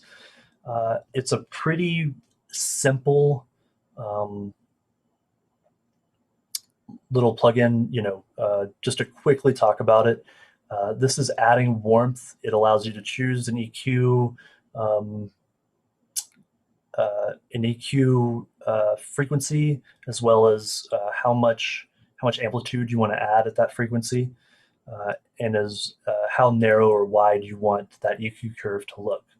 Boxiness kind of does the opposite. It's reducing specific frequencies that have to do with a kind of boxy tone or timbre in your kick. So again, choosing the frequency, reducing by some specific amplitude, and then how narrow or wide that your EQ curve is there. Kick does a similar thing to warmth, where it will accentuate the kind of clickiness of many kicks based on these same parameters as the other ones. I have that one off because I felt like in this track that I wanted to control the boxiness and the warmth, and that the clicky part of the frequency spectrum of this kick was totally fine. There is a compressor here as well, but I have that compressor off. I often tend to compress later in my chain rather than sooner. It's kind of a personal choice, although in this case I am using multipass, which has some compression up front. Multipass is a great plugin by Kilohertz. I highly suggest that everybody check out all of their stuff. Their plugins are all modular in that you can choose as many of whatever inserts that you want and route them any way that you want inside of their own. They have inside of their own environments, right? So Multipass is a multi-band environment for their what they call snap-ins. Phase Plant is a synth, a wavetable subtractive synth hybrid that also uses, you can pretty drastically change the routing in a semi-modular way based on whatever inserts and snap-ins that you choose within the context of what you're trying to do. So in this case, I'm doing a little bit of distortion in the mid-range of the kick.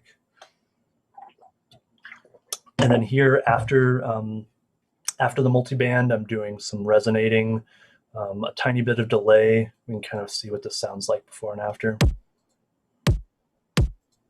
To me, it just gives it a little bit more body. Next, I'm using, I really love this EQ. It's another one by SoundSpot. They market this as a mastering EQ. I like it because it's not transparent in the way that something like FabFilter's Pro Q is. Pro Q to me is super transparent. It doesn't add any flavor or kind of aesthetic with it.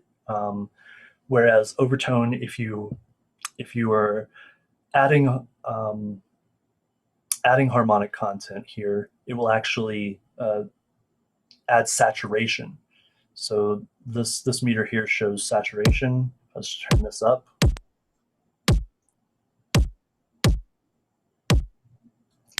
So in this case, I'm not using the saturator portion, but I do still like the kind of subtle flavor that it has, and it's become a staple in basically all of my bus channels, as well as my individual drums pretty often. Here I'm also, I believe that one of these was originally off. So in this case, it's very unlikely that I would use two EQs to do the same thing. So I have a high pass and a low pass going on in both Overtone as well as FabFilter. This project is a few years old, and there's some things that I obviously don't fully recall since then. But generally speaking, if I started having any issues with pre-ringing, with overtone, then I would probably switch to something like Pro Q and use either linear phase or natural phase in order to reduce the amount of pre-ringing that I would get. And if you don't know the difference between linear phase, zero latency, natural phase, I would suggest taking a trip down Google, because it's a topic that I could probably spend an hour talking about, and it's something that many people may not even be able to tell the difference between. So moving on, I use Native Instruments Supercharger. I often use 2 of them back to back. This is a handy thing. It reminds me of Camel Fat. If any of you guys are familiar with Camel Audio, I believe they were bought by Apple some years ago and don't make plugins anymore. But it is a saturator, compressor, and a sort of tonal shaper. So the reason why I'm using 2 of these is so that anything that I do in the first one, I'm kind of catching peaks with the second one, right? So because I can't change the routing of, the saturator, the character, the compressor internally in this plugin, I'm using 2 of them in order to saturate mildly on both of them. You'll notice that the compressor is on, turned up a bit on the second one in the signal chain. The character, I'm adding some subtle warmth to this kick, probably because I felt like I took too much warmth away with the multipass. Changing the kind of timbre, adding some body seemed to have taken away some warmth, if I remember correctly. The last thing in this specific instance is a utility that I have set to just left. Now, if I am summing to mono, instead of using utility with stereo set either down to 100% stereo or width equals 0, instead of doing that, I will often choose either left or right instead. And the reason why that is because in stereo, if you are summing a left and a right channel to stereo here, you're potentially summing together any kind of phase modulations or pitch modulations between these 2 channels. And for something like a kick drum that is really dependent on being clean and clear and not flabby, I don't really want any of that affecting my final sound. So instead here, I'm doing away with the right channel altogether. And that's assuming there was any kind of stereo content going on prior to this utility at all. But I do the same thing, for example, on my sub or anything that I want to be mono and as clean and clear as possible. So you'll see that I do similar things with my other drums that I talked about on my kick, so I won't spend as much time here. Frequency shifter, I have a frequency shifter probably on each different sample that's making up my snare sound. So I am tuning these separately by putting a frequency shifter on a specific sample inside drum rack, using Spectrum to look for that fundamental frequency, and then normally I tune it to either the root note or sometimes a fifth or another. It's rare that I would do a major or minor third or major or minor seventh or something. Most often because I feel like, a root or a fifth are the most harmonically pleasing for something like a drum to be playing in context with, other tonal content such as chords or a bass line that has a lot of specific tonal, like many different notes, as an example. Here I have a utility that's just reducing my stereo a little bit. My mindset with the idea of stereo is also something that I could talk about really in depth for probably hours. But in general, I think that a good quick way to talk about that is that my high frequencies are normally more wide in the stereo field, and the lower you go, my low mids and my sub are going to be way closer to mono. So I'm using Percolate, which is another SoundSpot plugin. It's doing a similar thing as Kickbox was for the kick drum, except sort of built around more percussive elements that aren't kicks, in this case the snare. Here I'm also using multipass. It looks like the same preset that I was using on the kick. Here FabFilter Pro Q2 is turned off. Probably had that on originally and changed to overtone at some point. High pass and a low pass here. And then my two superchargers where I'm adding saturation, adding some brightness, shifting the tonal quality of the snare a little bit. And then secondary, I'm catching peaks with this compressor, and I'm using a little bit more of a nasty saturator in the moderate rather than a mild to give it a little bit more bite, I would say.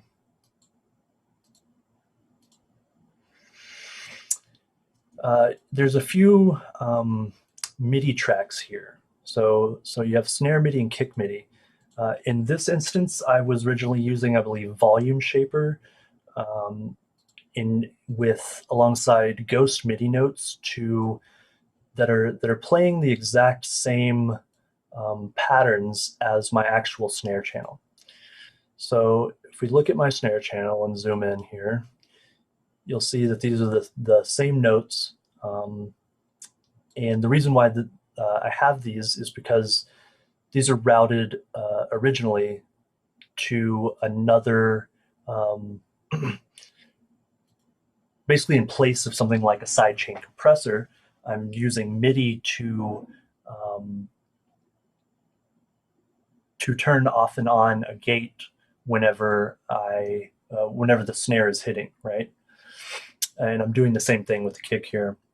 Some of my routing is a little bit messed up for some reason here. And Volume Shaper is great. I believe it's by Cable Guys. I also often use Gatekeeper, and that's by Infected Mushrooms music brand. It escapes me right now. If I was to do something in place of using native Ableton audio effects, I often use just a gate instead of a sidechain compressor because I feel like you have more control when you're using a gate, because you're not worried about ratio. It's just a simple binary on-off situation with the threshold versus the incoming audio from the kick. So for side chaining, let's just, for the sake of demonstration, we'll route it where the audio is coming in from the kick here. And we'll just sample solo the kick and I'm on bass. Solo the bass and the kick here.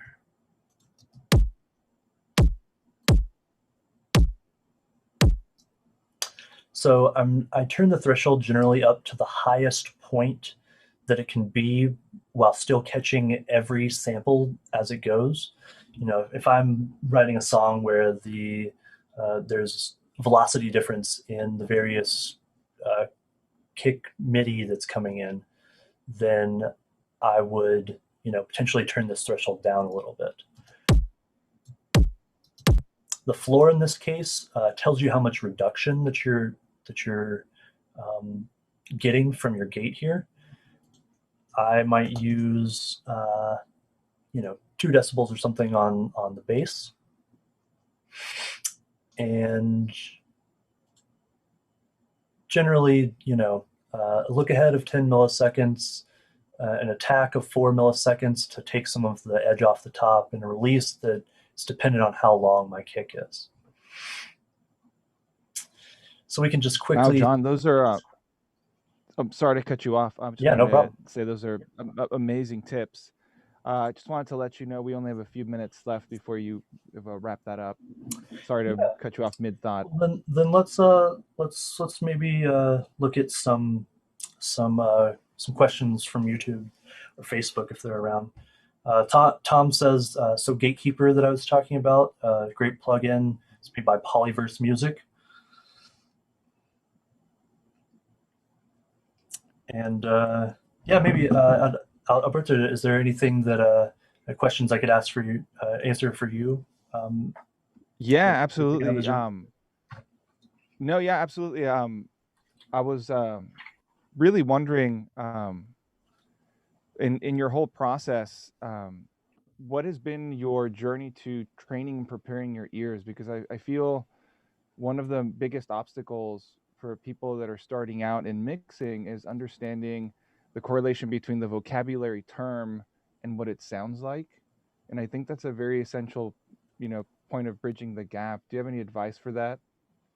Yeah, I think the biggest part of that equation is time, as far as the longer that you spend working with these instruments, these sounds, this terminology, and the more effort you put into something like frequency training, right, where you're kind of slowly building up an ability to identify a frequency, maybe a problem frequency in a sound, without having to look at a spectral analyzer. One way that you can do that is if we were to take, if we were to take ProQ. Come on, computer, you can do it. We'll grab an instance of ProQ and we'll throw it on our bass sound here. I'm going to turn down the master a little bit because we're going to be playing with resonant frequencies. So we have soloed our bass bus here, and if I was trying to identify a specific frequency here that I was having an issue with, one way you might do that is create a pretty narrow EQ boost, and then let's slowly kind of scan through the frequency range here and use our ears to determine when something might be particularly harsh.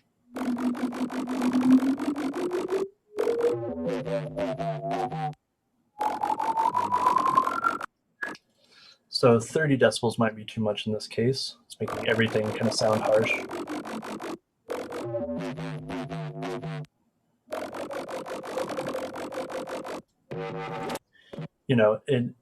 By using your ears, this can help identify a sound that you're particularly hearing, but maybe you couldn't put your finger on. And then whenever you find this specific frequency range that has been bugging you, we'll just call it 3 kHz here. Then you would turn this into a cut and then adjust your, how narrow or wide you want it, and how much amplitude reduction that you want, gain reduction that you want in this EQ. So that's at least one way that you might kind of begin to train your ears. And over time, for example, I don't really use this technique so much anymore because I can normally spot where the trouble is just using my ears, and because I have a treated studio and pretty decent monitors and headphones, that I'm able to kind of hone in on where the problem areas might be without using techniques such as this. That makes a lot of sense. Somebody's asking if you use a template for mixing. I have in the past, but as time has gone on, I do not, it may be somewhat counterintuitive to some people, but I don't really use many templates at all when it comes to something like mixing or even songwriting, because I feel like there is a human tendency that we start to kind of we depend on these templates, and we get so dependent on them that we're almost scared to branch out away from them.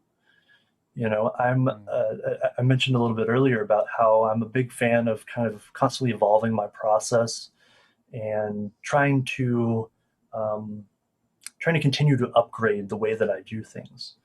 So, you know, potentially I might be overlooking something that would be a really smart method of you know, either a much more efficient method of doing something that I do now, or just a cleaner or better method in whatever way you would measure that, that I could totally overlook because I just depend on, oh, well, let me drag in my template. I'll drag in my audio effect rack, and I'll only use these tools just because it becomes our habit, you know? That's a very smart answer, and I think there are a lot of ways that music making and creative outlets can become, it's like safety blanket, where you like enter this area of sunken cost and you go, well, I've invested X amount of time on this template. I'm not going to stop using it, and it could be to your detriment sometimes, right? Oh, definitely. I mean, I often think about this kind of silly thing from when I was first starting out, that I had watched a YouTube video or something that said, you know, do a low cut on your mid-range bass for dubstep at 120 hertz, right? So I somehow thought this was like the rule for where you were supposed to cut off your bass. And it's, you know, I think that kind of thing is an easy amateur mistake that many people make, and I still find little things like that that I've, you know, it's like things that I've been telling myself for so long that I have forgotten to use my ears rather than just falling on the habit, right? Which goes back to your earlier question about, you know, I think that over time you train your ears, and especially if you have the ability to invest in your listening environment, your ears are your greatest tool at the end of the day. That's great advice. And I never thought I'd say this at a workshop, virtual workshop, but I'm so happy your computer crashed, because it created this awesome teachable moment. It was such an awesome teachable moment. You gave away these nuggets that might take people their entire producer careers to figure out, right? Like, why is my latency working this way? Why is Ableton crashing every time I open this one set? And I hope people were taking screenshots. I know we got a lot of good reactions from that in the comments. Yeah, I'll throw this back up just in case anybody would like to see it again or replaying it later. Just some little things that I've found over time that made a pretty big difference. And, you know, it's like right now this project is hovering around 20% CPU usage, and this is a pretty hefty, you know, 50 track plus groups and you know, quite a lot of things going on here. And this is, you know, before I had figured out some of these things, the same project might have been hitting at 80%. Wow, that's very impressive. That's definitely going to change some lives in the reviewings. No pun intended, right? Well, John. Never. I'm afraid that's all the time we have. I don't know if you want to come back and say bye to the folks. I know everybody learned a lot. I know I did. Really, really appreciate your time and sharing your wisdom. Is there anything you want to share with people watching? Anything you want them to visit or be aware of? Yeah, you know, first off, thank you guys for sticking with me through the technical difficulty and just joining us tonight. Big thank you to Ableton. Yeah, if I'll just share quickly my screen again. So on my website, if you go to Psymbionic.com, there is, you click up here on producers. There's quite a lot of various resources and tools that I have for people. I gave away a set of 200 complex wavetables that are great for a wavetable sense such as Theorem or Ableton's wavetable. They're all super usable, especially in the kind of bass music styles that I swim in. I put together 25 sets of song stems from various albums that I've released over the years. I put that up on my Bandcamp some time ago, so you can grab that. These wavetables are free. Some of the stuff is free. The song stems, I'm asking $10 for 25 song stems. And then I also have a splice sample pack that came out about 6 months ago. And again, if you're in the kind of bass music world, I would hopefully you could find some use for that. I also offer production coaching. You drop me a line. But yeah, thank you guys for having me again, and appreciate it. That's awesome. Well, thanks so much, John. I want to thank John and Yeuda for joining us tonight. I also want to thank you for watching, and I want to invite everybody to join us and follow this conversation either on meetup.com, facebook.com/groups/AbletonATX. You can also find us at www.abletonears.com or on the Ableton Discord server. You can also find the link in the description of this video to submit to present at a future Ableton user group meetup. And you can join us next week when our guest will be Katie Watson, who's going to be talking about bridging the hardware-software barrier using CV tools, and Christopher Willits, who will be talking about his spatial audio software Envelop for Ableton Live. You won't want to miss it.